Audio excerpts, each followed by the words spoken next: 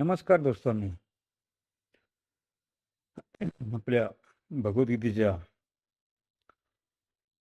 वाचनामध्ये आता आपण सुरुवात करत आहोत. श्रीकृष्ण परमात्म्यांना स्मरण करून या भगवद्गीता ग्रंथामध्ये एकूण 700 श्लोक आहेत आणि आपण आता पहिल्या अध्यायाला सुरू करत आहोत. पहिल्या अध्यायामध्ये एकूण 47 श्लोक आहेत. पहिल्या अध्यायाचे नाव अर्जुन विषाद योग आहे आणि आज आपण त्याचा पहिला श्लोक संपूर्ण अर्थासहित डिटेलमध्ये घेणार आहे. तर आपण ध्यान देऊन ऐकाल ही विनंती. पहिला श्लोक. धृतराष्ट्र उवाच. धर्मक्षेत्रे कुरुक्षेत्रे समवेता युवस्वहा मामका पांडवाश्चैव किम कुर्वत संजय. व्याख्या स्पष्टीकरण. धर्मक्षेत्रे कुरुक्षेत्रे. कुरुक्षेत्रात देवतांनी यज्ञ केला. कुरुराजानेही येथे तपश्चर्या केली होती. यज्ञानी धर्ममय कर्मे झाल्याने आणि कुरुराजाची तपोभूमी असल्याने या ठिकाणी धर्मभूमी कुरुक्षेत्र म्हटले गेले. या ठिकाणी धर्मक्षेत्रे आणि कुरुक्षेत्रे पदात क्षेत्र शब्द देण्यात धृतराष्ट्राचा अभिप्राय असा आहे की ही आपली कुरुवंशांची भूमी आहे आणि केवळ युद्धभूमीच नाही तर तीर्थभूमी आहे. या ठिकाणी मनुष्य जिवंतपणे पवित्र कर्मे करून आपले कल्याण करून घेऊ शकतो असा विचार करून श्रेष्ठ पुरुषांची संमती घेऊनच अलौकिक आणि परलौकिक लाभ व्हावा या दृष्टीने ही भूमी युद्धासाठी निश्चित केली. संसारात प्रामुख्याने भूमी, धन आणि स्त्री या 3 वस्तूसाठीच लढाया होतात.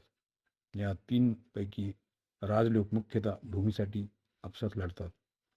येथे कुरुक्षेत्रे पद देण्याचे तात्पर्य सुद्धा जमिनीला धरूनच आहे.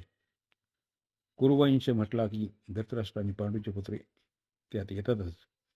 दोन्ही कुरुवंशीय असल्याने कुरु राजाच्या भूमीवर अर्थात कुरुक्षेत्रावर दोघांचाही समान हक्क होता. म्हणून कौरवांनी पांडवांना भूमी न दिल्यामुळे दोघेही जमिनीकरता युद्धासाठी आले आहेत. जरी आपली भूमी असल्यामुळे दोघांसाठी कुरुक्षेत्रे हे पद योजने युक्तिसंगत आणि न्यायसंगत असले तरीही आमची सनातन वैदिक संस्कृती अशी विलक्षण आहे की कोणतेही कार्य करायचे असेल तर ते धर्माला अनुसरूनच केले जाते. युद्धात मरणाऱ्यांचा उद्धार व्हावा, कल्याण व्हावे म्हणून युद्धासारखे भयंकर कार्य सुद्धा धर्मभूमीमध्ये तीर्थभूमीमध्ये केले जाते. म्हणून या ठिकाणी कुरुक्षेत्राबरोबर धर्मक्षेत्रे पद आलेले आहे. इथे सुरुवातीला धर्म पदाने आणखी एक गोष्ट ज्ञात होते. जर सुरुवातीला धर्म पदातील धर ही अक्षरे घेतली आणि 18व्या अध्यायाच्या शेवटच्या श्लोकातील मम या पदातील म हे अक्षर घेतले तर धर्म शब्द तयार होतो. म्हणून संपूर्ण गीता धर्माच्या अंतर्गत येते. अर्थात धर्माचे पालन झाल्यास गीतेच्या सिद्धांताचे पालन होते आणि गीतेच्या सिद्धांतानुसार कर्तव्य कर्म करण्याचे धर्माचे अनुष्ठान होते. या धर्मक्षेत्रे कुरुक्षेत्रे या पदातून सर्वांनी हाच बोध घेतला पाहिजे की कोणतेही कर्म धर्माला अनुसरूनच करावे. प्रत्येक कार्य सर्वांच्या हिताचे दृष्टीने केले पाहिजे. केवळ आपल्या सुख आरामाच्या दृष्टीने नव्हे आणि कर्तव्य अकर्म याविषयी शास्त्राचा विचार समोर ठेवला पाहिजे. समवेता युवत्सव. अनेक राजांनी वेळोवेळी समजावून आणि संधी करण्याचा प्रस्ताव ठेवूनही दुर्योधन तडजोड करण्याला मुळीच तयार झाला नाही. एवढेच नव्हे तर प्रत्यक्ष भगवान श्रीकृष्णाने सांगूनही माझ्या दुर्योधनाने स्पष्ट म्हटले की युद्धा वाचून मी पांडवांना तीक्ष्ण सुईच्या अग्रावर मावेल इतकी जमीन देणार आहे.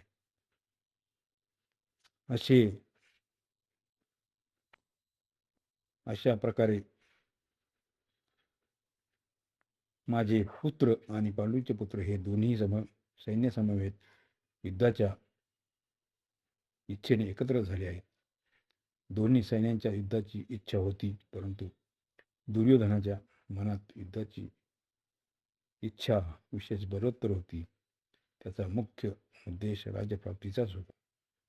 मग ती राज्यप्राप्ती धर्माने हो अथवा अधर्माने हो, न्यायाने अथवा अन्यायाने, विहित पद्धतीने अथवा निषिद्ध पद्धतीने, कोणत्याही प्रकारे का होईना राज्य मिळाले पाहिजे असा त्याचा भाव होता. म्हणूनच दुर्योधनाचा पक्ष विशेष रूपाने युत्स अर्थात युद्धाची इच्छा असलेला होता. पांडवांची धर्मावर निष्ठा होती. कोणत्याही प्रकारे जीवन निर्वाह करून पण धर्माविरुद्ध आचरण करणार नाही आणि धर्मात बाधा होणार नाही या भावनेने युधिष्ठिर महाराज युद्ध करू इच्छित होते.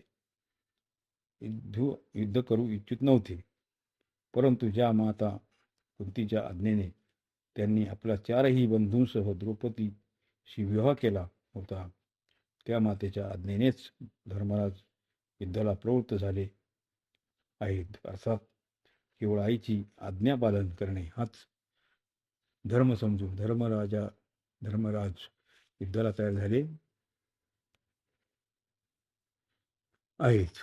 तात्पर्य, दुर्योधनवादी तर राज्याच्या इच्छेने युद्धाला तयार झाले होते, परंतु पांडव धर्मपालन करण्यासाठी युद्धाला तयार झाले. मामकः पांडवाश्चैव, पांडव धृतराष्ट्राला वडिलांप्रमाणे मानत होते आणि त्याच्या आज्ञेचे पालन करीत होते. धृतराष्ट्राने अनुचित आज्ञा दिली तरीच पांडव उचित अनुचितचा विचार न करता त्यांची आज्ञा पाळत होते. म्हणून येथे मामकः पदाच्या अंतर्गत कौरव आणि पांडव हे दोन्ही येतात. तरी पांडवा हा वेगळे पद देण्याचे तात्पर्य धृतराष्ट्राला आपल्या पुत्रांत आणि पांडुपुत्रात समभाव नव्हता. ते पक्षपात करीत असत. त्यांना आपल्या पुत्रांविषयी मोह होता. ते दुर्योधनादिकांना तर आपले मानत असत, पण पांडवांना आपले समजत नसत. म्हणून त्यांनी आपल्या पुत्रांशी मामकः आणि पांडुपुत्रासाठी पांडव हा पदाचा उपयोग केला आहे. कारण जे अंतःकरणात असतात तेच सहसा वाणीतून बाहेर प्रकट होतात. अपरभाव वृत्तीमुळे धृतराष्ट्राला आपल्या कुलाच्या संहाराचे दुःख भोगावे लागले. यापासून प्रत्येक मनुष्याने असा बोध घ्यावा की त्याने आपल्या घरात, गल्लीत, गावात, प्रांतात, देशात, संप्रदायात अपरभाव अर्थात हे आपले आहेत, हे दुसरे आहेत असा भाव ठेवू नये. कारण द्वैत भावनेनेच आपसात प्रेम, स्नेह राहत नाही आणि व कलह निर्माण होतात. येथे पांडव हा पदाबरोबर एव पद देण्याचे तात्पर्य असे आहे की पांडव तर फार धर्मात्मा आहेत, म्हणून त्यांना युद्ध कराव्यास नको होते, परंतु तेही युद्धासाठी रणभूमीत उतरले तर मग त्यांनी येथे येऊन काय केले? मामकः आणि पांडवा यापैकी पहिल्या पदाचे